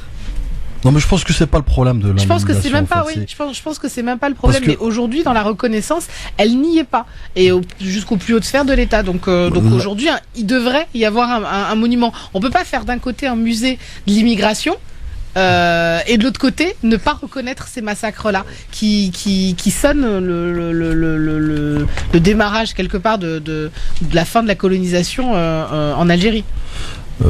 Il y a deux choses au fait, hein. Rose, je suis partiellement d'accord en fait avec ta réflexion. Je vais te dire pourquoi. Pour revenir à la reconnaissance, Fawzi, la reconnaissance c'est pas une histoire d'indemnisation en fait, c'est une histoire de mea culpa. Et ça, je pense que l'État français n'est pas prêt de le faire. Non, pour des raisons bien entendu de souverainisme, pour des raisons de crédibilité. Enfin voilà, reconnaître ça, c'est reconnaître beaucoup de choses derrière. D'où cette histoire un peu compliquée, je t'aime moi non plus, entre la France et l'Algérie, qu'on se le dise. Donc il y a un rapport très lourd là-dessus, historique. Hein. Mais pourquoi je te disais je suis partiellement d'accord? Parce que la responsabilité du devoir de mémoire et surtout le plan d'action pour permettre effectivement de relayer cela et d'arriver à des résultats probants relève aux deux États. C'est-à-dire qu'aujourd'hui on parle que l'État de français, effectivement c'est le tortionnaire, mais il faut parler aussi de la victime. La victime, si elle se présente pas au fait dans le débat, ben voilà, les absents ont toujours tort. Donc aujourd'hui, moi ce que je regrette, effectivement, au-delà des allocutions, notamment aujourd'hui celle du consul que je remercie infiniment, mais voilà, c'était un simple discours, ni plus ni moins. Il n'y a pas d'action concrète sur le terrain, et c'est ça ce que je reproche aujourd'hui au gouvernement actuel et les gouvernements qui sont succédés. Pourquoi ? Pour la bonne et simple raison que aujourd'hui, si l'Algérie ne fait pas un travail dans ce sens de débat, de discussion, et j'irai encore plus loin. Aujourd'hui, personne ne le fera, mais au-delà de ça, Fawzi, on n'a pas la France. C'est-à-dire que l'Algérie, à un moment donné, non, mais Jordan Sulman n'applaudit pas, c'est-à-dire qu'il faut faut qu'on s'assoie autour d'une table pour mettre les choses à plat et discuter des côtés sombres de part et d'autre de l'histoire. Bien entendu, mais là on parle d'une date de massacre qui sont réels, on est sur des éléments tangibles, on n'est pas sur le pourquoi de cette guerre ou la. Non, je parle de cet événement, effectivement. Non, je parle de cet événement. Autant je peux comprendre qu'on se mette autour d'une table pour essayer de dépassionner ce qu'a été la colonisation, mais là. On est tellement sur des faits qui sont légitimement honteux et scandaleux qu'il n'y a pas de nécessité que l'Algérie aille demander une reconnaissance. L'État français, de fait, devrait le reconnaître parce que elle connaît son niveau de responsabilité. Et je pense pas que ça dédouane quelque part la France du fait que l'Algérie. C'est exactement où je veux en venir. Ouais. C'est qu'en fait, Pierre Bourdieu parle d'aliénation coloniale. Donc la France, elle est typiquement dans son rôle de colonialiste. D'ailleurs, à ce jour, cette condescendance politique de certains politiques sur les Maghrébins, sur les non-français, on va dire, elle relève de l'héritage de ce passé colonialiste. Donc c'est là où je veux en venir exactement. C'est qu'aujourd'hui, si l'Algérie ne bouge pas dans ce sens, à travers au-delà des événements, parce que c'est bien beau de ramener en fait des associations associatifs algériens et les consuls, les représentants consuls ou vice-consuls, mais il faut qu'il y ait des actions au-delà, c'est-à-dire des actions concrètes, des actions profondes.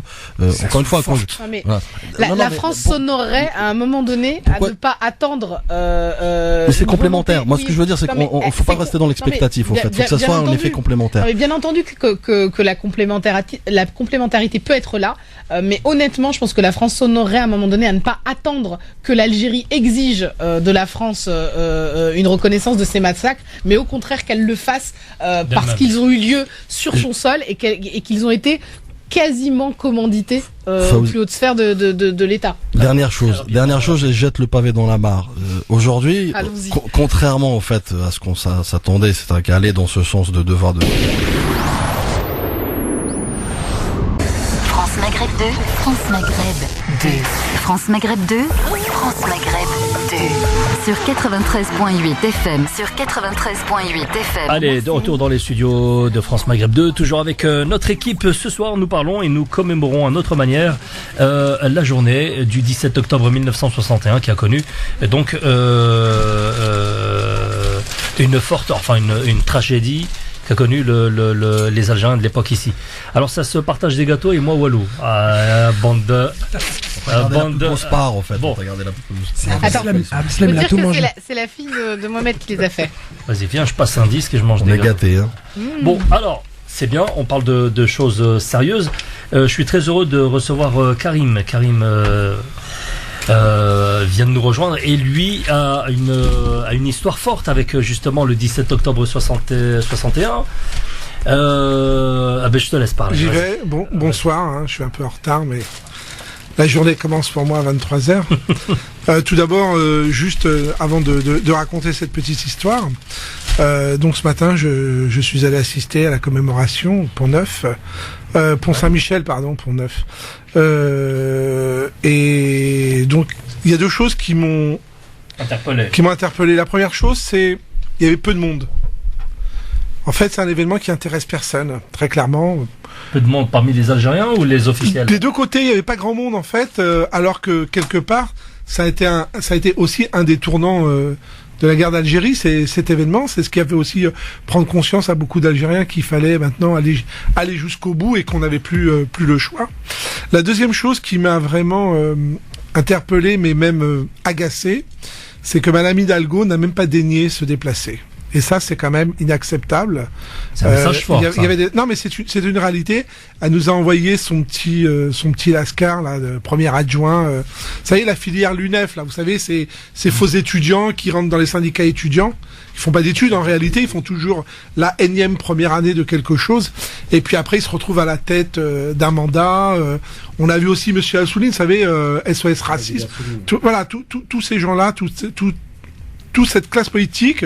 Alors, je n'en parle pas parce qu'ils sont socialistes.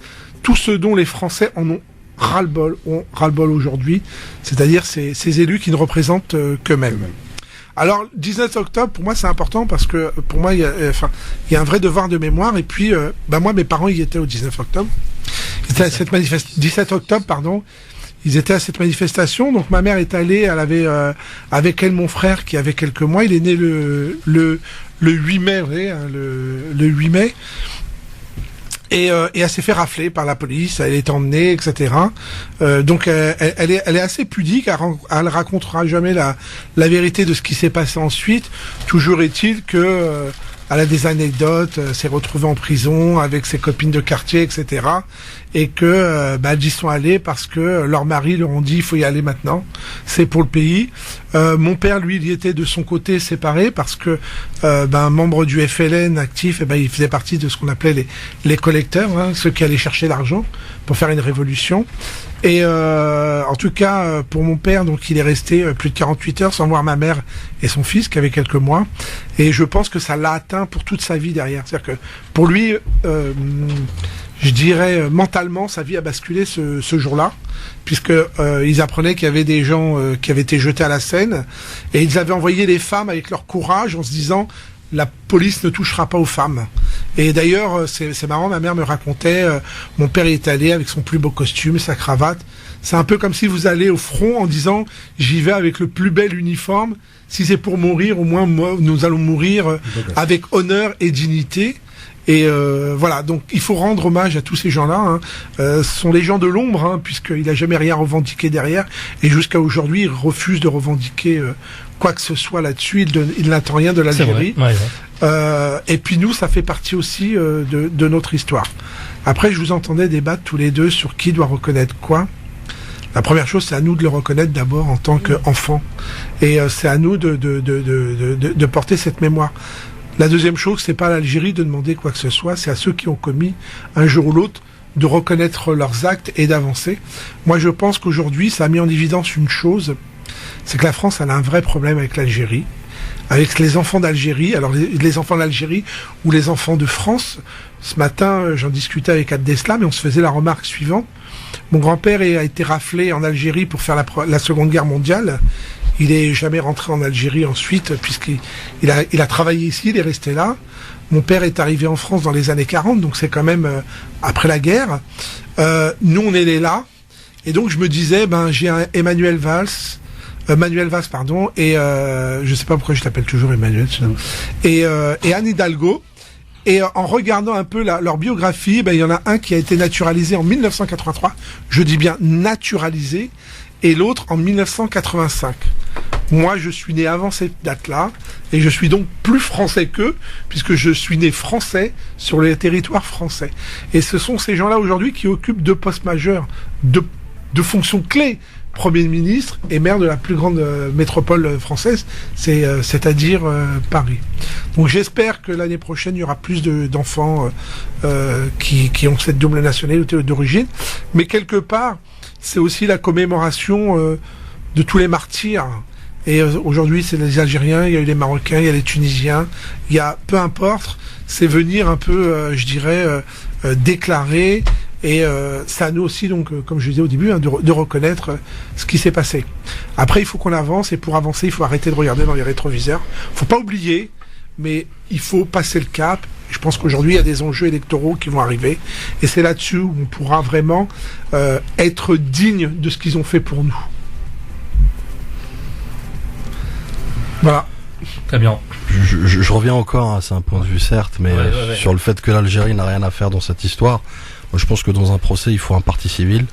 Ce parti civil aujourd'hui, en fait, doit être représenté c'est des Algériens avant toute chose. Donc il relève à un État algérien souverain. Donc cet État doit, à minima, faire des efforts dans ce sens. Oui, le devoir de mémoire, c'est une chose. Encore une fois, certes, on va peut-être diverger sur ce point, mais pour moi, encore une fois, dans un procès, il y a deux parties. Ouais. Il y a la victime, il y a le tortionnaire. Quand tu parles de la reconnaissance de l'esclavage, dans ces cas-là, il n'y a pas eu une demande des pays du Sénégal. Non, mais là, le conflit n'est pas le même. Je veux dire, il est beaucoup plus générique. Bien entendu, et il touche beaucoup plus de pays. Là, on parle d'un événement, en fait, un événement tragique qui s'est produit sur le territoire français et qui a ciblé une communauté bien définie, qui relève à un pays souverain. Je pense que là-dessus, je ne dis pas que l'Algérie a tout le travail à faire, mais au moins qu'elle sollicite, qu'elle amorce ce travail justement au-delà du devoir de mémoire. Encore une fois, je te donne un exemple, Rose. La communauté arménienne n'arrête pas depuis des années de réclamer la reconnaissance d'un génocide de la Turquie. Exactement. Voilà. Et c'est l'État qui le fait. Tu es en train de me dire qu'en fait la France, pays des droits de l'homme, est au niveau de la Turquie. Non, pas forcément. Dans le fait de nier en fait ce qui a pu se passer. Mais tous les pays nient. Ou de minimiser. Oui, mais justement aujourd'hui regarde les pays asiatiques qui n'arrêtent pas de réclamer la reconnaissance des crimes commis par le Japon. Tout à fait. Non mais j'entends. Et le Japon nie. Non mais j'entends. Pour autant. Personnellement, j'aime mon pays, la France, et elle s'honorerait encore une fois. Et je pèse. Non, je suis désolée. Aucun pays ne le fera jamais. Moi, je pense pas qu'il faille à un moment donné. Tu penses qu'un beau jour Sarko va se lever en disant tiens, ça serait bien que je reconnaisse. Non, mais à partir du moment où on a un président en 2012 qui avoue clairement qui a eu massacre et qui a eu volonté de. Enfin, on parle d'assassinat d'État. Bah écoute, Rose, moi j'ai une idée. On n'a qu'à un moment donné s'en mêler, se faire élire, devenir sénateur, député. D'accord. Non mais à un moment donné, on n'est jamais mieux servi que par soi-même. Il faut arrêter d'attendre des autres. Moi, j'attends rien et je te rejoins sur le fait que c'est pas l'Algérie de demander la partie civile. Les parties civiles, ce sont nos parents et nos enfants. Mais pourquoi, Karim Non, mais qui relève d'un pays souverain. Parce que qui relève d'un pays souverain qui doit les représenter. Mais alors, si ça avait été commis, non, mais vous faites un parallèle avec la justice aujourd'hui, tu vois. Même si, enfin, quand la police est témoin de faits, que la victime ou pas porte plainte, le procureur peut décider de poursuivre l'affaire. Bah, c'est exactement pareil. On n'est pas obligé d'attendre que les victimes, ou en tout cas que l'État algérien se prononce et demande réparation, ou en tout cas demande reconnaissance de ces crimes, alors qu'ils ont été commis sur le sol français. Ils ont été commis par un préfet qui a été commis par un préfet français.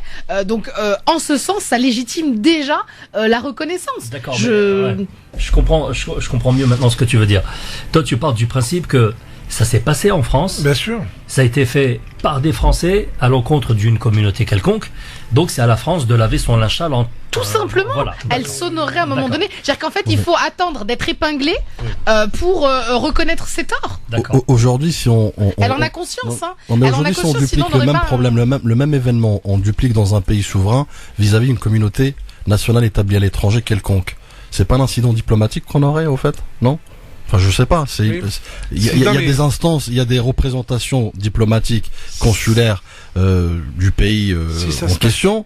Donc, si sa communauté est touchée dans son intégrité, forcément, ça impliquerait au fait on parlait de aujourd'hui de Français. On était en Algérie française. Enfin, tu parles de l'Algérie française. Non, je parle de la communauté établie à l'étranger. Oui, mais c'était le cas en 61. On parle de 61. Ce serait l'indépendance, elle n'est pas encore. Si vous me permettez, c'était des Algériens. Ce serait aujourd'hui.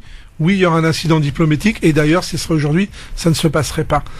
Il faut revenir aux faits. À l'époque, ils étaient tous français. C'était la France. Non, mais ça n'a pas été. Non, mais pour ces Algériens. Non, mais l'Algérie n'existait pas encore. Donc, on a nié au fait la guerre de révolution. Oui, mais l'Algérie n'existait pas officiellement. Donc là-dessus. Après, moi, j'ai pas envie de débat de qui aurait dû soutenir ou reconnaître, pas reconnaître. Pour moi, ce qui est important aujourd'hui, c'est que un certain nombre d'entre nous, étions présents, que ce soit à Paris ou ailleurs, peu importe, et que ça devienne un peu un rituel et une habitude. Il y a quelques années, personne ne commémorait cette date, par exemple. Aujourd'hui, il y a quand même une plaque à Paris. Ça a mis en évidence. Vous allez dire que moi, je suis un peu omnibulé vers la politique, mais c'est une réalité. À un moment donné, il va falloir qu'on s'accapare et qu'on prenne en main ce sujet de manière très sérieuse. Ils reviendront nous voir, tous ces gens-là, en 2017 pour les élections. Et là, on saura leur répondre, tout simplement. Karim, il disait qu'il n'y a pas beaucoup de monde qui est mobilisé. Je suis pas d'accord, Karim. Il y a eu beaucoup de monde. Dans des endroits différents et à des dates différentes. C'est peut-être pour ça qu'aujourd'hui t'as pas eu autant de monde. Moi je le regrette, parce que t'aurais peut-être voulu qu'il y ait beaucoup plus de monde, notamment des politiques engagés. Mais moi je le vois à travers les réseaux, je le vois à travers mes proches, etc. C'est beaucoup plus fort que les années précédentes. Et ça sera encore beaucoup plus fort dans les années à venir. J'en suis persuadé. Ça fait 55 ans. Ouais. Ça fait 55 ans. Et au vu du nombre de binationaux ou de gens d'origine algérienne, c'est ridicule. Pour moi, alors ce que j'ai vu en fait sur les réseaux, c'est qu'effectivement des commémorations étaient organisées un peu partout, mais Pont-Saint-Michel, c'est quand même un lieu emblématique, symbolique. Et en plus, avec, je dirais, il y avait quand même des officiels, il y avait quand même l'ambassadeur des Émirats arabes, il y avait quand même l'ambassadeur d'Algérie. Et je veux dire, qu'on daigne même pas. Il y a plein d'élus aujourd'hui, je dirais, locaux, des maires adjoints, des conseillers, etc. C'est à eux aussi de montrer un exemple. C'est un devoir citoyen. Alors ils sont tous là à revendiquer des choses, double nationalité, entre autres. Faut pas oublier la stigmatisation qu'il y a eu cet été. Ça a été une véritable campagne. Alors je vais pas dire anti-algérienne, mais anti-maghrébine, anti-musulman, c'était invraisemblable. Mon père, à un moment donné, dans un moment de conscience, m'a dit c'est pire que pendant la guerre d'Algérie, ce qu'on entendait. C'était très grave. Donc je me suis dit, il va y avoir une vraie mobilisation pour montrer qu'on est présent. Et en fait, il y avait peut-être du monde, mais pour moi, c'est encore beaucoup, trop peu. Et on est loin, très loin de se faire respecter tant qu'on ne saura pas se mobiliser. Et moi, j'attends rien des autres. J'essaye d'agir par moi-même. Je vais pas attendre, et je veux pas agacer qui que ce soit. J'ai toujours dit, j'attends rien d'Algérie. Et c'est à moi d'apporter quelque chose à l'Algérie, parce qu'il y a des gens qui ont donné leur vie, leur sang, leur santé, leur énergie, tout ce qu'ils avaient pour qu'on devienne des citoyens à part entière et qu'on soit reconnus des deux côtés et libres de la Méditerranée. J'ai discuté ce matin avec un candidat aux élections législatives en Algérie, pour les Algériens de l'étranger, et on avait une discussion et je lui disais, toi tu es élu là-bas, moi je suis élu ici, mais c'est quand même formidable. Qu'il l'aurait rêvé en 1961 quand même. Qu'il l'aurait rêvé. Et c'est à nous maintenant d'agir et de faire avancer les choses très sérieusement. Rose. C'est moi. Alors, il faut des Karim. Il faut des Karim. Il en faut beaucoup plus des Karim Alouache. On est derrière lui, Karim. Mais je suis pas le seul. Il y en a plein. Je suis sûr qu'il y en a plein. Mais j'aurais aimé, par exemple, rencontrer des élus de Bondy avec qui on n'est pas forcément du même bord, mais on doit se rejoindre là-dessus. Il y a rien, on leur en parle, oui, bon, on a tous quand même ce point commun. Et puis, peut-être que plus tard, si c'est nous qui organisons, qui est-ce qu'a dit il faut organiser, il faut un organisateur. Demain on aura des mandats, et on organisera nous-mêmes et on sera à la hauteur de ça. Mais c'est ce que je disais quand tu n'étais pas là. Aujourd'hui, c'est au bon vouloir et à l'initiative des mairies qui ont ou pas créé une plaque commémorative, mais réellement, il aurait fallu un lieu beaucoup plus, ça aurait pu être le pont, mais quelque chose qui vienne de l'État. Et aujourd'hui, le fait que ça ne soit pas fait et que ce soit quelque part déchargé sur les élus locaux, c'est aussi une manière de s'éloigner un petit peu de s'éloigner et voilà, exactement, et que ça ne prenne pas de l'ampleur au final, parce que ce qu'il y a derrière de manière sous-jacente, c'est la peur de réveiller une forme de haine au final, alors qu'au contraire, en commémorant, nous on est dans une quête d'apaisement, et eux sont dans une peur bleue de réveiller une haine avec la commémoration de ces massacres. Moi je trouve, et je sais pas si vous êtes d'accord, la France a un problème avec l'Algérie, la France a un problème avec l'Algérien. Et à un moment donné, c'est comme un deuil. Il faut faire son deuil pour avancer et passer à autre chose.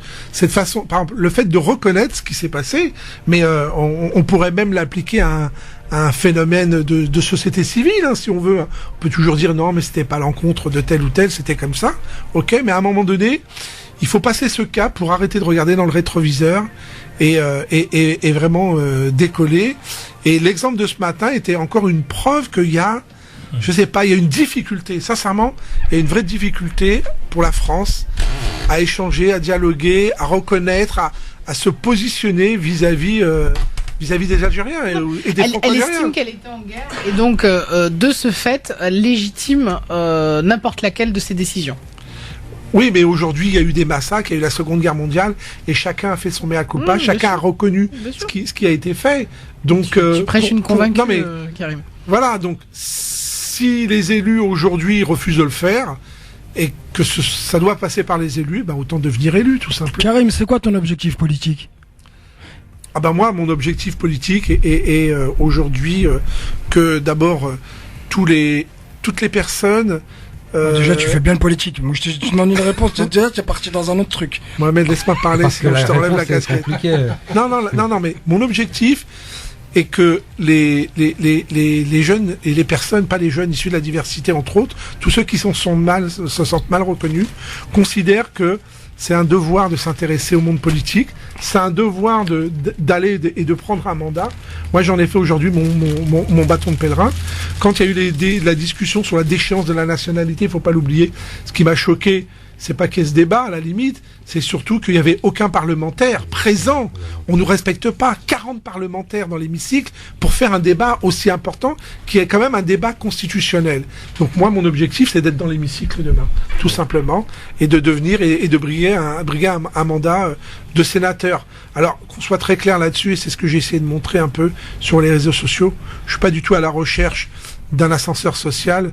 Dieu merci, ça se passe très bien pour moi et j'ai pas de sujet là-dessus. Ce que je veux, c'est ouvrir une brèche et que tous ceux qui ont des situations issues de la diversité, qui vont bien aujourd'hui, quand je parle avec eux, mais Karim, j'ai pas de problème, Karim, tout va bien, oh, mais non, c'est à nous, les quadras, les gens de 40, 45, 50 ans, d'ouvrir cette brèche pour que derrière des 25, 30 ans, considèrent que faire de la politique, avoir un mandat, au niveau national, et on peut avoir ces mandats au niveau national, faut pas se considérer comme limité, ce soit accessible et qu'on prenne nos responsabilités. Donc aujourd'hui, tout ce qui se passe, on le mérite parce que ni nous, ni les générations d'avant, ni les générations derrière n'ont pris leurs responsabilités. Donc moi, mon objectif politique, c'est de prendre mes responsabilités. D'accord, et je ferai toutes les campagnes possibles pour représenter ceux qui me ressemblent tout simplement. Et cette représentativité dans les deux hautes assemblées, savoir l'Assemblée nationale et le Sénat, elles sont nécessaires justement pour pouvoir demander la reconnaissance de ces massacres, parce que s'il n'y a personne justement pour porter cette réclamation, comment voulez-vous que les choses se fassent ? Et que de toute façon, aujourd'hui, vous savez bien que nous sommes mal représentés. Vous voyez bien, on parlait des Arméniens. Moi, je trouve qu'ils s'en sortent super bien. Et voilà, aujourd'hui, on a un président du conseil départemental le plus riche département de France, qui sont les Hauts-de-Seine, avec Patrick Devedjian. Mais ça s'appelle Patrick. Oui, et on va pas parler ils nous ont pris nos juifs et ils nous ont donné des arabes. Bon, ça non mais tu as raison, on rose pas de langue de bois. Mais bien sûr. On est musulmans, ils sont pas musulmans. Oui, c'est une réalité, il s'appelle Patrick, tu t'appelles Mohamed, JVM, tu t'appelles Karim, tu t'appelles Rose. Non, JVM, c'est pas une marque de voiture, parce qu'il y a quelqu'un qui m'a dit, c'est quoi comme nouveau modèle, c'est BMW. Je dis non, il n'a pas encore un sponsor. Abdeslam, je suis désolé Abdeslam, je suis arrivé tard, donc il faut que je parle. En plus, j'ai pas un dîner client qui m'a un peu énervé. Le mec, il récupère son temps de parole. Mais juste, en fait, qu'il y ait des gens qui s'intéressent à la politique, de tout bord politique, pour qu'un jour on puisse tous se retrouver à l'Assemblée nationale, qu'on soit pas d'accord sur le montant de la TVA, c'est pas un problème, mais qu'on puisse se lever à un moment comme un homme et voter les mêmes choses. Tu sais très bien que hors parti c'est compliqué, et dans les partis on nous confie exclusivement les investitures qui sont ingagnables. Oui. Donc même au sein des partis. Non mais Rose, tu pars déjà. Rose, je vais te dire où il faut aller. Je te promets que tu auras ton investiture. Je vais te dire, et tous ceux qui nous écoutent, je vais vous dire où il faut aller. Bientôt. Ça va venir. Moi, je veux être ton ministre des Affaires étranges. Non, toi tu. Les affaires étranges. Non, moi. Les affaires non classées X-Files. Ah non, tu seras là où tu t'exprimeras le mieux. Tu peux pas faire comme ce qu'on reproche aujourd'hui au parti, c'est de prendre des planqués et les mettre à des postes qui n'est. Voilà. C'est pas ce que j'ai dit. Tu prends des vraies compétences qu'il a parce qu'il en a sous ses airs de guéluron. Il est extrêmement compétent et on va lui donner le ministère de l'habillement. Ministre du textile. Voilà. Mais dis-nous. Moi, président, on aura pour obligation de s'habiller avec goût, couleur et gaieté. Voilà. Et je nomme Mohamed mon ministre de l'habillement. On est vachement crédible maintenant. Ministre, je t'obligerai à dire je t'aime. Voilà. On y va? Badis. J'aimerais juste revenir sur le 17 octobre, si vous me permettez. Et on peut pas s'empêcher de faire un parallèle analogique, une comparaison en fait là-dessus entre les deux époques. C'est là où je te rejoins un peu sur ce que tu dis, mais c'est exactement cela. Aujourd'hui, on a beaucoup de similitudes entre les deux époques. Même si l'autre elle est révolue, il y en a une qui est un peu déguisée, masquée à travers des discours politiques haineux aujourd'hui, où juste ils ont changé les armes en fait. Avant, c'était des armes. Que l'une découle de l'autre surtout en fait. Non, mais c'est pour ça que nous double ma similitude en fait. Il y a beaucoup de similitudes. On entendait tout à l'heure justement parler de délit de faciès, de contrôle aux faciès, donc de couvre-feu limite, c'est ça en fait. Il y a vraiment une certaine politique de ségrégation qui se duplique aujourd'hui effectivement, où on a gardé cet héritage aussi de l'autre côté, c'est-à-dire que le gouvernement français n'a pas compris de ses erreurs du passé. Et là où je te rejoins effectivement, le plan d'action et la feuille de route doivent venir de ces principaux intéressés qui sommes nous, la communauté, que ce soit maghrébine en règle générale ou algérienne surtout, de pouvoir transcender la synergie de cette communauté et en faire quelque chose, une force de frappe, et inverser encore une fois les rapports de force à travers des actions politiques, parce que de toute façon pour moi finalement tout se réglera par vote politique, c'est clair et net. Donc la représentativité doit être là, doit être faite dans un cadre solidaire, bien entendu, c'est ce qui nous manque un peu aujourd'hui malheureusement, et dans une cause commune. Aujourd'hui, c'est ce qui nous manque également. Donc je pense qu'une fois qu'on a réglé ces deux paramètres, cette représentativité n'est plus une utopie, mais devient une réalité. C'est aujourd'hui, quand tu parlais de similitudes dans les époques, je pense que notre époque d'aujourd'hui découle de cette époque. Quand tu vois aujourd'hui la quinzaine de gens qui meurent dans les commissariats à la suite d'interpellations ou de garde à vue, tu te rends compte qu'on est essentiellement sur des gens qui sont issus de l'immigration. Les contrôles aux faciès, c'est toujours aussi des jeunes issus de l'immigration. Donc on est constamment sur le même permis de tuer. Il y a 55 ans, on a autorisé des policiers à tuer des Algériens. Aujourd'hui, je dis pas que la police a le permis de tuer des Maghrébins, mais quand on voit à quel point ils sont jamais inquiétés, la question se pose. Merci de m'avoir écouté. T'as pas écouté, ça Karim, il fait des bêtises. Ah bah merci, Karim. Le mec, il arrive en retard, il fait son petit speech de politicien, tu vas voir, bientôt il va nous serrer la main, il va se barrer. Il a fait. Au revoir, Rose. Tu vois? Là, j'ai fait un petit truc, je la supprime, tac, voilà. Take. Abdeslam. Je crois que tout est dit. Tout est dit. Ouais. Rose. Bah moi je viens de dire quelque chose que tu n'as pas écouté, donc je t'invite à réécouter la vidéo que je mettrai en ligne.